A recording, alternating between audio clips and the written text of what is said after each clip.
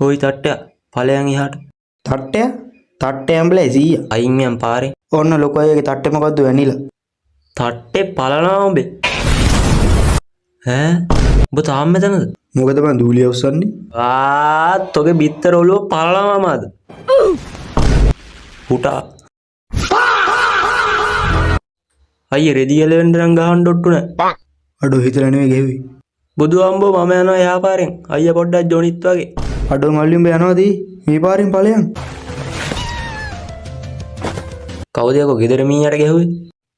හුයා. තව පොඩ්ඩෙන් කනවා ඇට දෙක. උඹ නිකන් පාඹු දරස් වසන් වගේනේ.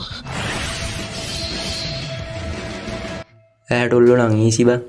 බොකස් සෙට්ටලා තියෙන යන්න තැනක් නැහනේ. තව පොඩ්ඩෙන් බොක යනවා මෙතන. අඩෝ මල්ලි මේ ළඟ ලෙට් එකක් නැද්ද බං? මොකෙද්ද බං උඹ? දන්නේ නැත්තම් කියහම මං හොයාගන්නම්. අඩෝ පිටේ උන්ට මේ කෙරෙන්න දෙන්නේ නැහැ කෝ මම ඉන්නක කපනවතෝ.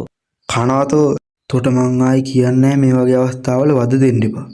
උඹ මට කියන්න පිටගංකාරයෝ ඇවිල්ලා මේ කෙරීලා යනකම් බලාගෙන ඉන්න කියලා. එව්වා ඉතින් හන්දේ තමයි. බෑපන් පල්ලෙහාට. උකා මේ අමාර බඩුව නෙමෙයි ගහනවා. ටෝක් විතරයිනේ කරේ. සද්ද දාලා වෙන්න එපා. ගාන බලගෙන.